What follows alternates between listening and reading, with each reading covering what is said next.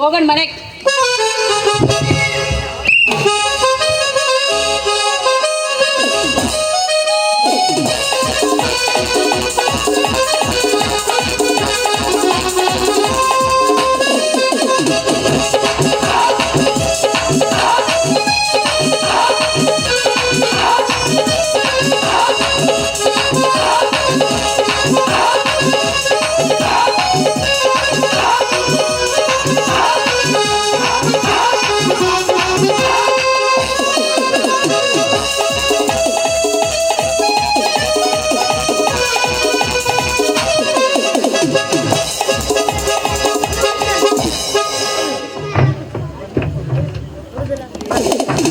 ಪ್ರೀತಿಯ ಪ್ರೇಕ್ಷಕ ಬಾಂಧವರೇ,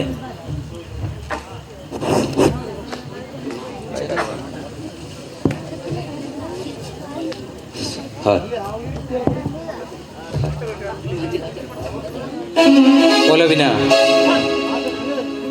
ಸರದ ಈ ಕನ್ನಡದ ಸುಮನಸುಗಳೇ, ಕಳೆದ 4 ವರ್ಷಗಳಿಂದ ಯಶಸ್ವಿಯಾಗಿ ನಡೆಯುತ್ತಿರುವ ಈ ನಾಟಕ ಪ್ರದರ್ಶನಕ್ಕೆ ಅರ್ಪಣಾ ಮನೋಭಾವದಿಂದ ನಮ್ಮನ್ನೆಲ್ಲ ಹುರಿದುಂಬಿಸಿ ಯಶಸ್ವಿಯಾದ ನಾಟಕಕ್ಕೆ ಕಾರಣೀಕರ್ತರಾಗಿರ್ತಕ್ಕಂತಹ ನಿರ್ದೇಶಕರು ಶ್ರೀಯುತ ಸುಬ್ರಾಯ್ ಅಣ್ಣಪ್ಪ ನಾಯ್ಕ್ ಅವರನ್ನು ಈಗ ಸನ್ಮಾನಿಸುವ ಸಮಾರಂಭಕ್ಕೆ ನಾವು ನೀವುಗಳೆಲ್ಲ ಸಾಕ್ಷಿಯಾಗುತ್ತಿದ್ದೇವೆ.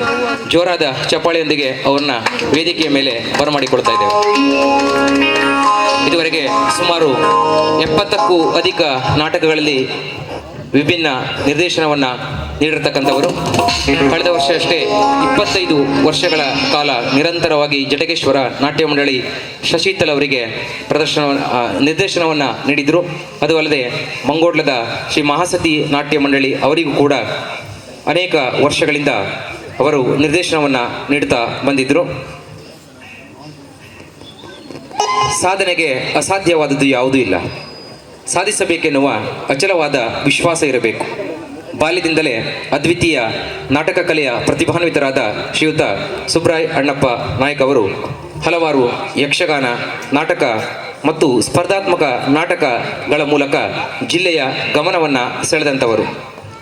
ತಮ್ಮ ವಯೋವೃದ್ಧ ಕಾಲದಲ್ಲಿ ತಮ್ಮ ಈ ಕಲೆಯನ್ನು ಮುಂದಿನ ಪರಂಪರೆಗೆ ಜೀವಂತವಾಗಿ ಇರಬೇಕು ಎನ್ನುವ ಒಂದು ಸದುದ್ದೇಶದಿಂದ ಸುತ್ತಮುತ್ತಲಿನ ಅನೇಕ ಹಳ್ಳಿಗಳಲ್ಲಿ ಅತ್ಯಂತ ಅರ್ಪಣಾ ಮನೋಭಾವದಿಂದ ಎಲ್ಲ ಈ ನಾಟಕದ ಆಸಕ್ತರಿಗೆ ಅತ್ಯಂತ ಉತ್ಸಾಹ ಭರಿತರಾಗಿ ಅವರು ನಾಟ್ಯ ಪ್ರದರ್ಶನವನ್ನು ನೀಡ್ತಾ ಇದ್ದಾರೆ.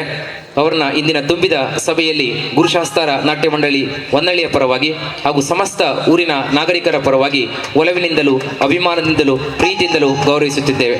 ವಿಶ್ವ ನಿಯಾಮಕನಾಗಿರತಕ್ಕಂಥ ಶ್ರೀ ಗೋಳಿಬೀರ ತಮಗೆ ಇನ್ನಷ್ಟು ಆಯುಷ್ಯ, ಆರೋಗ್ಯ, ಸುಖ, ಶಾಂತಿ, ಸಮೃದ್ಧಿಯನ್ನು ನೀಡುವಂತಾಗಲಿ. ತಮ್ಮ ಈ ಒಂದು ಅದ್ವಿತೀಯವಾಗಿರ್ತಕ್ಕಂಥ ಪ್ರತಿಭೆಯಿಂದ ಇನ್ನಷ್ಟು ಪ್ರತಿಭೆಗಳು ಹೊರಗೆ ಬರುವಂತಾಗಲಿ. ನಮ್ಮೊಳಗಿನ ಡೈರೆಕ್ಟರ್ ಆಗಿರುವ ಗುರುಗಳಿಗೆ ನಮಸ್ಕಾರಗಳು. ನಾವೆಲ್ಲರೂ ಬಹಳ ಶಿಷ್ಯರಾಗಿ ಬಂದಾಗಲಿಂದ ತುಂಬ ಸಹನೆಯಿಂದ ನಮ್ಮ ಅಹವಾಲುಗಳನ್ನು ಎದೆಯಿಂದ ಆಲಿಸಿದ್ದೀರಿ. ನಂತರದಲ್ಲಿ ನಮ್ಮೆಲ್ಲರ ನಾಟಕದ ಅಭಿನಯಕ್ಕೂ ತಾವು ಪ್ರಶಂಸಿಸಿದ್ದೀರಿ. ಇಂದಿಗೂ ಕೂಡ ತಾವು ನಾಟಕ ಹೇಳಿಕೊಡುವ ಶೈಲಿಯಿಂದಲೇ ಪುಳಕಗೊಳ್ಳುತ್ತಲೇ ಇದ್ದೇವೆ. ನಿಮ್ಮಲ್ಲಿರುವ ಕಲಾ ಸರಸ್ವತಿಯ ಆರಾಧಕರಲ್ಲಿ ನಾನು ಕೂಡ ಒಬ್ಬ.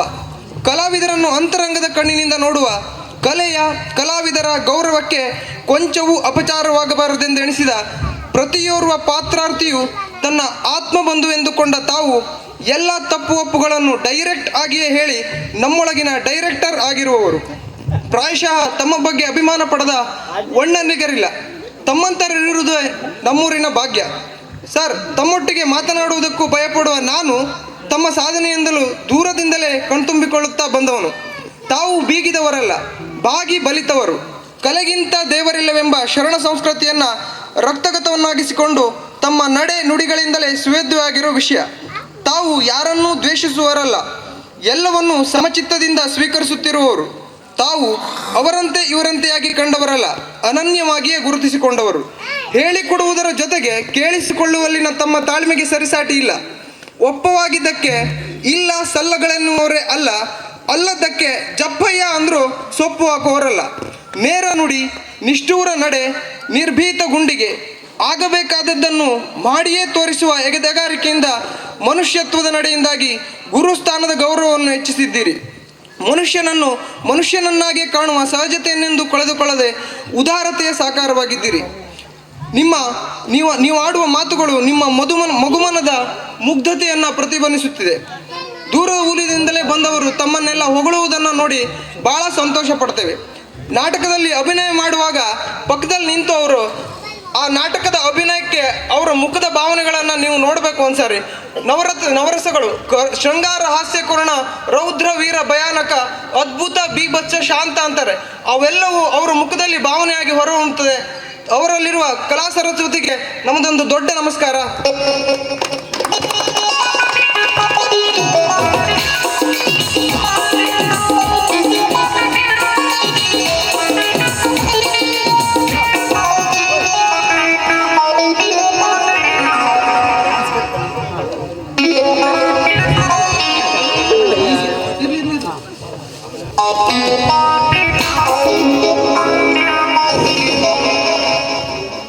ಕನ್ನಡ ಕಲಾಭಿಮಾನಿಗಳೇ, ಕಲಾರಸಿಗರೇ, ಕಲಾ ಪ್ರೇಕ್ಷಕರೇ, ಶ್ರೀ ಗುರುಶಾಸ್ತ್ರ ನಾಟ್ಯ ಮಂಡಳಿ ಹೊನ್ನಳ್ಳಿ ಕುಮಟಾ ಇವರಿಂದ 4ನೇ ವರ್ಷದ ನಾಟಕ ಇವತ್ತು ಈ ವೇದಿಕೆ ಮೇಲೆ ದೇವರು ಕೊಟ್ಟ ತಂಗಿ ಅರ್ಥಾತ್ ಪ್ರೀತಿ ಕೊಂದ ಕೊಲೆಗಾರರು ಎಂಬ ನಾಟಕವನ್ನು ತಾವೆಲ್ಲರೂ ಇಷ್ಟೊತ್ತಿನವರೆಗೆ ಕುಳಿತು ನೋಡಿ ಆನಂದಿಸಿದ್ದೀರಿ.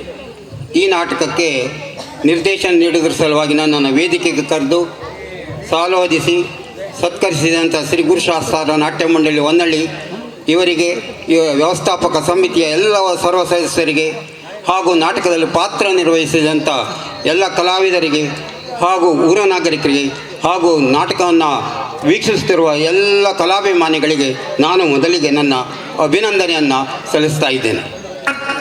ಈ ನಾಟಕ ಈಗಾಗಲೇ ತಾವು ನೋಡಿದ್ದೀರಿ. ಇನ್ನು ಕೆಲವೇ ಪ್ರವೇಶಗಳೊಂದಿಗೆ ನಾಟಕ ಮುಕ್ತಾಯವಾಗ್ತಾ ಇದೆ. ಆದರೆ ಈ ನಾಟಕದಲ್ಲಿ ಪಾತ್ರ ನಿರ್ವಹಿಸುವಂಥವರು ಸರ್ಕಾರಿ ಸೇವೆಯಲ್ಲಿ ಬೇರೆ ಬೇರೆ ಕಡೆಯಲ್ಲಿ ಕರ್ತವ್ಯ ನಿರ್ವಹಿಸ್ತಾ ಇರೋದ್ರಿಂದ ಪರಿಪೂರ್ಣವಾಗಿ ಅವರಿಗೆ ನಿರ್ದೇಶನವನ್ನು ನೀಡಲಿಕ್ಕೆ ಆಗಲಿಲ್ಲ. ಆದರೂ ಅದನ್ನು ನಾನು ಅವರಿಗೆ ನನ್ನ ಮನೆಗೆ ಬಂದು ಒಬ್ಬೊಬ್ಬರು ಒಂದೊಂದು ದಿನ ಬಂದ್ಕೊಂಡು ಹೇಗೆ ಹೋಗಬೇಕು ಅನ್ನೋ ಅಷ್ಟನ್ನೇ ಹೇಳಿದ್ದು ಬಿಟ್ಟರೆ ಪರಿಪೂರ್ಣವಾಗಿ ಒಬ್ಬರು ಒಂದು ದಿವಸನೂ ನಿರ್ದೇಶನ ಪಡ್ಕೊಂಡಂಥದ್ದು ಇಲ್ಲ. ಆಗಿದ್ದಾಗೂ ಈ ನಾಟಕವನ್ನು ನೋಡಿದಾಗ ಅವರು ತಮ್ಮಲ್ಲಿರೋ ಕಲೆಯನ್ನು ಚೆನ್ನಾಗಿ ತೋರಿಸಿದ್ದಾರೆ ಅಂತ ಈ ಸಂದರ್ಭದಲ್ಲಿ ನಾನು ಹೇಳಲಿಕ್ಕೆ ಬಯಸ್ತೇನೆ. ನನಗೆ ಮಾತನಾಡಲಿಕ್ಕೆ ಅವಕಾಶ ಕಲ್ಪಿಸಿಕೊಟ್ಟಂಥ ಶ್ರೀ ಗುರುಶಾಸ್ತ್ರ ನಾಟ್ಯ ಮಂಡಳಿ ಹೊನ್ನಳ್ಳಿ ಕುಮಟಾ ಇದರ ವ್ಯವಸ್ಥಾಪಕ ಸಮಿತಿಯವರಿಗೂ ಊರ ನಾಗರಿಕರಿಗೂ ಇನ್ನೊಮ್ಮೆ ವಂದಿಸುತ್ತಾ ನನ್ನ ಮಾತು ಮುಗಿಸ್ತೇನೆ. ಜೈ ಹಿಂದ್, ಜೈ ಕರ್ನಾಟಕ.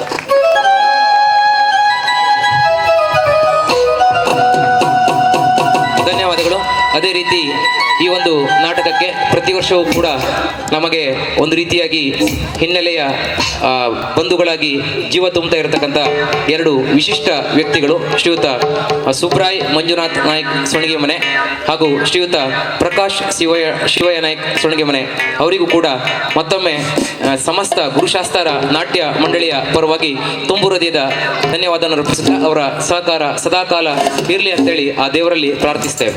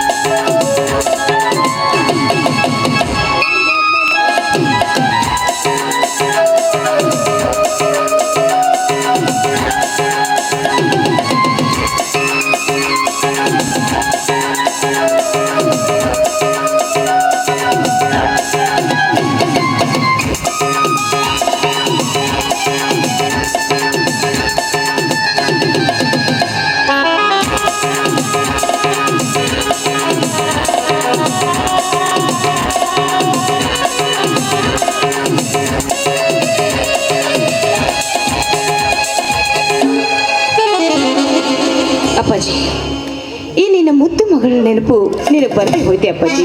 ಎಲ್ಲಿದೆ ಅಪ್ಪಾಜಿ? ಪಾಪ ಮಹೇಂದ್ರ ಸೂರ್ಯ ನಿನ್ನ ಎಷ್ಟು ಹುಡುಕಿಸಿದ್ರು ನಿನಗೆ ಸಿಗ್ತಾನೆ ಇಲ್ಲ. ಎಲ್ಲಿರುವೆ ಅಪ್ಪಾಜಿ, ಎಲ್ಲಿರುವೆ? ಅಲ್ಲ, ಆ ವಿಜಯ್ ಅವ್ರ ತಂಗಿ ಮೇಲೆ ಸೇಡ್ ತೀರಿಸ್ಕೊಳ್ಳೋದಕ್ಕೋಸ್ಕರ ಆನಂದ್ ನನಗೆ ಇವತ್ತು ಮನೆಗೆ ಬರೋದಕ್ಕೆ ಹೇಳಿದ್ದೆ. ಇಷ್ಟೊತ್ತಾದರೂ ಆನಂದ್ ಯಾಕೆ ಬರಲಿಲ್ಲ ಅಂತೀನಿ. ಅರ್ಚನಾ, ಅರ್ಚನಾ, ಬನ್ನಿ ಆನಂದ್. ಏನು ಆಲೋಚನೆ ಮಾಡ್ತಾ ಇರುವ ಹಾಗೆ ಕಾಣ್ತಾ ಇದೆಯಲ್ಲ? ಚೇಚೆ, ನಾನು ಬಂದಿರೋದು ಇಷ್ಟ ಇಲ್ವಾ? ಹಾಗೇನೂ ಇಲ್ಲ. ನೀವು ನನ್ನ ಮಾತಿಗೆ ಬೆಲೆ ಕೊಟ್ಟು ನಮ್ಮ ಮನೆಗೆ ಬಂದ್ರಲ್ಲ, ನನಗದೇ ತುಂಬ ಸಂತೋಷ. ಹೌದಾ? ಮತ್ತೆ ಮನೆಯಲ್ಲಿ ಯಾರು ಬರದೇ ಇರೋಕ್ಕಾಗತ್ತಾ? ಯಾಕಂತಂದ್ರೆ ದೇವರ ದೇವಸ್ಥಾನಕ್ಕೆ ಬರೋದು ಹೆಚ್ಚ ಅಥವಾ ಕರೆಯೋದು ಹೆಚ್ಚ? ನೀವು ತುಂಬ ಚೆನ್ನಾಗಿ ಮಾತನಾಡ್ತೀರಾ ಅಲ್ಲ? ಅದಿರಲಿ, ನಿಮ್ಮಿಬ್ಬರ ಪ್ರೀತಿ ಹೇಗೆ ನಡೀತಾ ಇದೆ? ಓ, ನನ್ನ ಅರ್ಪಿತಾ ಒಂದು ಮಾತನ್ನು ಕೂಡ ಮೀರಿ ನಡೆಯೋಳಲ್ಲ. ಹೀಗಾಗಿ ನಮ್ಮ ಸಂಸಾರದಲ್ಲಿ ಪ್ರೀತಿಗೆ ಜಾಗವಿದೆಯೇ ಹೊರತು ಜಗಳಕ್ಕಲ್ಲ. ಅಬ್ಬಾ, ನಿಮ್ಮಂಥ ಗಂಡನನ್ನು ಪಡೆಯೋದಕ್ಕೆ ಅರ್ಪಿತಾ ತುಂಬ ಪುಣ್ಯ ಮಾಡಿದ್ದಾಳೆ. ಇಲ್ಲ, ಅವಳಂತ ಹೆಂಡತಿಯನ್ನು ನಾನು ಪಡೆಯೋದಕ್ಕೆ 100 ಜನ್ಮದ ಪುಣ್ಯ ಮಾಡಿದ್ದೀನಿ. ಅದಿರಲಿ, ಮನೆಯಲ್ಲಿ ಯಾರೂ ಕಾಣ್ತಾ ಇಲ್ಲ. ಅಪ್ಪ, ಅಮ್ಮ, ಅಣ್ಣ, ತಂಗಿ ಯಾರೂ ಕಾಣ್ತಾ ಇಲ್ಲವಲ್ಲ? ನೋಡಿ, ನನಗೆ ಅಮ್ಮ, ತಮ್ಮ, ಅಣ್ಣ ಯಾರೂ ಇಲ್ಲ. ನನಗಿರೋದು ನನ್ನ ತಂದೆ ಮಾತ್ರ. ಅವರು ಕೆಲಸದ ಮೇಲೆ ಬೆಂಗಳೂರಿಗೆ ಹೋಗಿದ್ದಾರೆ. ಓ, ಐ ಆಮ್ ಸಾರಿ ಅರ್ಚನಾ. ನಾನು ಕೂಡ ತಾಯಿ ಇಲ್ದಿದ್ದವನು. ನಿಮ್ಮ ತಾಯಿಯವರ ನೆನಪನ್ನ ಮಾಡಿ ನಿಮಗೆ ತುಂಬ ತೊಂದರೆ ಕೊಟ್ಬಿಟ್ಟೆ. I am sorry. ಸರಿ, ಓಕೆ, ಹೋಗ್ಲಿ ಬಿಡಿ. ಮನೆಗೆ ಬಂದವರನ್ನ ಇದೇ ರೀತಿ ಮಾತನಾಡಿಸ್ತಾ ಇದ್ದೀನಿ. ಅದರಲ್ಲಿ ಅದಕ್ಕಿಂತ ಮುಂಚೆ ನೀವು ನನ್ನ ತಾಯಿ ನೆನಪು ಮಾಡಿ ನನಗೇನು ಮನಸ್ಸಿಗೆ ನೋವು ಮಾಡಿಲ್ಲ. ಯಾಕೆ ಅಂದರೆ ನನ್ನ ತಂದೆನೇ ನನಗೆ ತಾಯಿಗಿಂತ ಹೆಚ್ಚಾಗಿ ಜೋಪಾನ ಮಾಡಿದ್ದಾರೆ. ನಾನು ಅದಕ್ಕೇನು ನೋವು ಮಾಡಿಲ್ಲ. ನೋಡಿ, ಮನೆಗೆ ಬಂದ ಅತಿಥಿಯನ್ನು ಹಾಗೆ ಮಾತನಾಡಿಸ್ತಾ ಇದ್ದೀನಿ. ಕೂತ್ಕೊಳ್ಳಿ, ನಾನು ಕಾಫಿ ತೆಗೆದುಕೊಂಡು. ಹೌದಾ? ಕಾಫಿಯನ್ನು ಬೇಡಾಗಿತ್ತು. ನೀವು ಮಾತನಾಡ್ತಾ ಇದ್ದೀರಲ್ಲ, ಅದರಲ್ಲೇ ಏನೋ ಸ್ವರ್ಗ ಸುಖ ಇದೆ. ನೋಡಿ, ನೀವು ಮನೆಗೆ ಬಂದಿದ್ದೀರಾ, ಅದು ಮೊದಲನೇ ಬಾರಿ. ಹಾಗೆ ಹೋಗ್ತೀನಿ ಅಂದರೆ ನನ್ನ ಮನಸ್ಸಿಗೆ ತುಂಬ ಬೇಜಾರಾಗುತ್ತೆ. ನೀವು ಕಾಫಿ ಕುಡಿದ್ಕೊಂಡು ಹೋಗಬೇಕು. ನಿಮಗೆ ಬೇಜಾರಾಗುತ್ತೆ ಅನ್ನೋ ಆಗಿದ್ರೆ 1 ಲೋಟ ಕಾಫಿ ತಗೊಬನ್ನಿ. ಸರಿ, 1 ನಿಮಿಷ ಕಾಫಿ ತರ್ತೀನಿ. ಓಕೆ.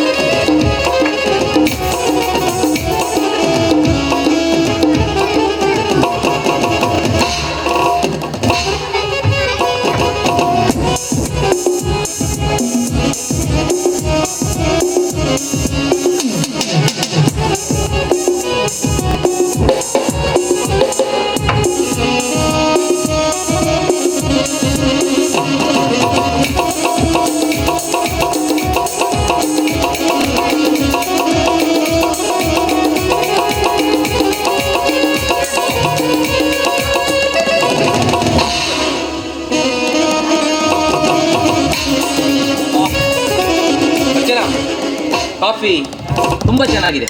ಅಮೃತಕ್ಕೆ ಸಮನಾಗಿದೆ ಈ ಕಾಫಿ. ನೋಡಿ, ನೀವೇನು ನನ್ನನ್ನು ಅಷ್ಟೊಂದು ಹೊಗಳೋ ಅವಶ್ಯಕತೆ ಇಲ್ಲ. ಯಾಕೆ ಅಂದರೆ ನಮ್ಮ ತಂದೆಯವರು ಇದೇ ಮಾತನ್ನು ಹೇಳ್ತಾ ಇದ್ರು. ಹೌದಾ? ಯಾವ 5 ಸ್ಟಾರ್ ಹೋಟೆಲಲ್ಲಿ ಕೂಡ ಇಂಥ ಕಾಫಿ ಸಿಗೋದಕ್ಕೆ ಸಾಧ್ಯ ಇಲ್ಲ.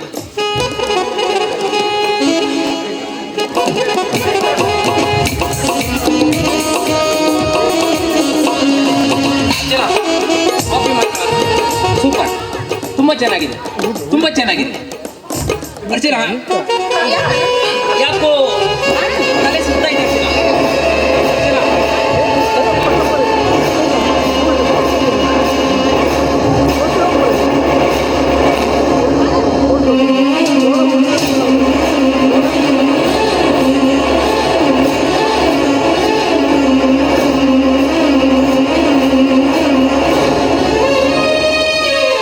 ಅಬ್ಬಾ, ರೊಟ್ಟಿ ಜಾರಿ ತುಪ್ಪಕ್ಕೆ ಬಿತ್ತು.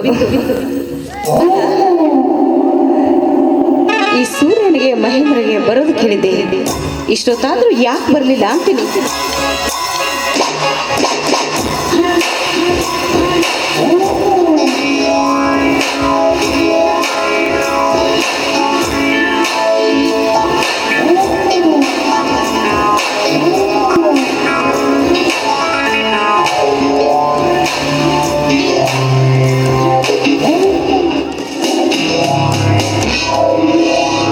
ಗುಡ್ ದರ್ಶನ, ವೆರಿ ಗುಡ್. ಅಂತೂ ನಾವು ಹೇಳಿದ ಕೆಲಸನ ಅಚ್ಚುಕಟ್ಟಾಗಿ ಮುಗಿಸಿದ್ಯಾ.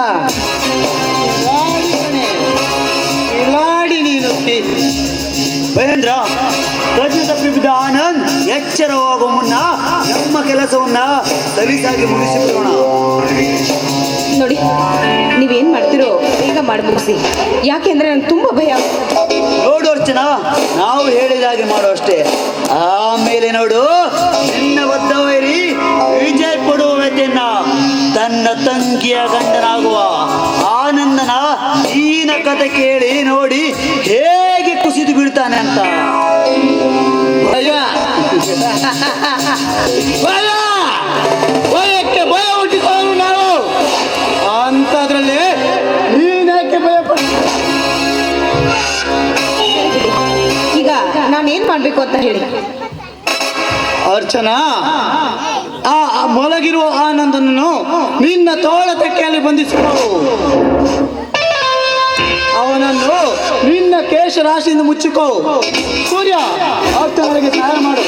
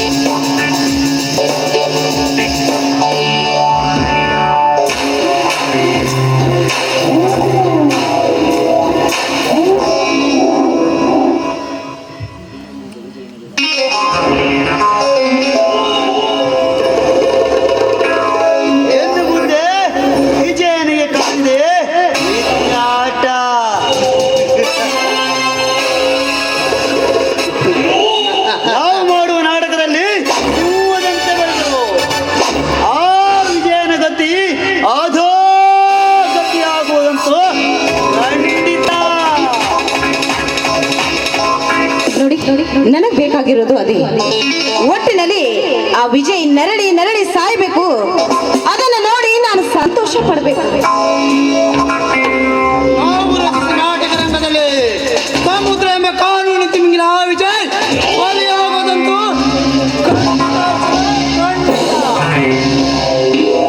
ಅರ್ಚನಾ, ಇನ್ನು ಆನಂದನಿಗೆ ಪ್ರಜ್ಞೆ ಬರಲು 1 ಗಂಟೆ ಬೇಕು. ಹೇಗಾದ್ರೂ ಮಾಡಿ ನಿನ್ನ ನಾಟಕೀಯ ಮಾತುಗಳಿಂದ ಅವನನ್ನ ಕಳುಹಿಸಿಬಿಡು. ನಾವಿನ್ನು ಬರ್ತೀವಿ. ಸರಿ, ಹೋಗ್ಬನ್ನಿ. ಅಂತೂ ನನ್ನ ಸೇಡುತ್ತಿರೋ ಸಮಯ ಹತ್ರ ಬಂತು.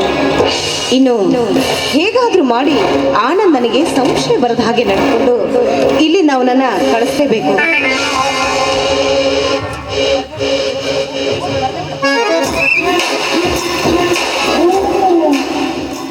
ಲೈಟ್ ಆಫ್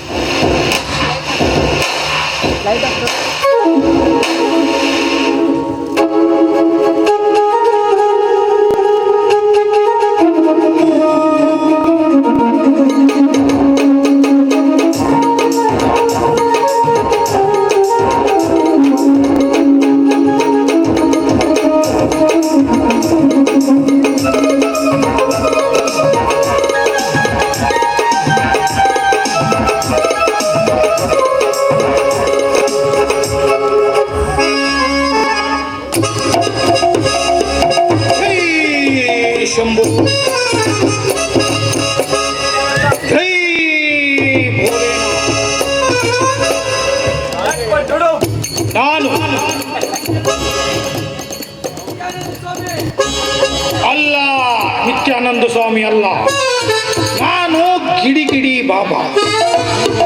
ನಾನು ಹಿಮಾಲಯದಲ್ಲಿ ತಪಸ್ಸು ಮಾಡಬೇಕೆಂದು ನಿರ್ಧರಿಸಿ ಹಿಮಾಲಯಕ್ಕೆ ಹೋಗಿ ಅಲ್ಲಿ ಸಿಕ್ಕಾಪಟ್ಟೆ ಸೆಕೆ ಇದ್ದದ್ದರಿಂದ ವಾಪಸ್ ಉತ್ತಮಕ್ಕೆ ಬಂದು ಅಲ್ಲಿ ಹಂಗರ್ಕನ ಮರಕ್ಕೆ ನನ್ನ ಕುತ್ತಿಗೆಗೆ ನೇಣ ಹಾಕೊಂಡು ಜೋರಾದ ನೇತು ಬಿದ್ದು ನಿರಂತರವಾಗಿ 1.5 ನಿಮಿಷ ತಪಸ್ಸು ಮಾಡಿ ವರವನ್ನು ಪಡೆದು ಈ ಹೊನ್ನಳ್ಳಿ ಗ್ರಾಮಕ್ಕೆ ಆಗಮಿಸಿರುವೆ. ಯಾರಿಗಾದರೂ ನಿಮ್ಮ ಕಷ್ಟ ಇದ್ರೆ ನನ್ನ ಹತ್ರ ಹೇಳಿ. ನಾನು ತುಂಬಾ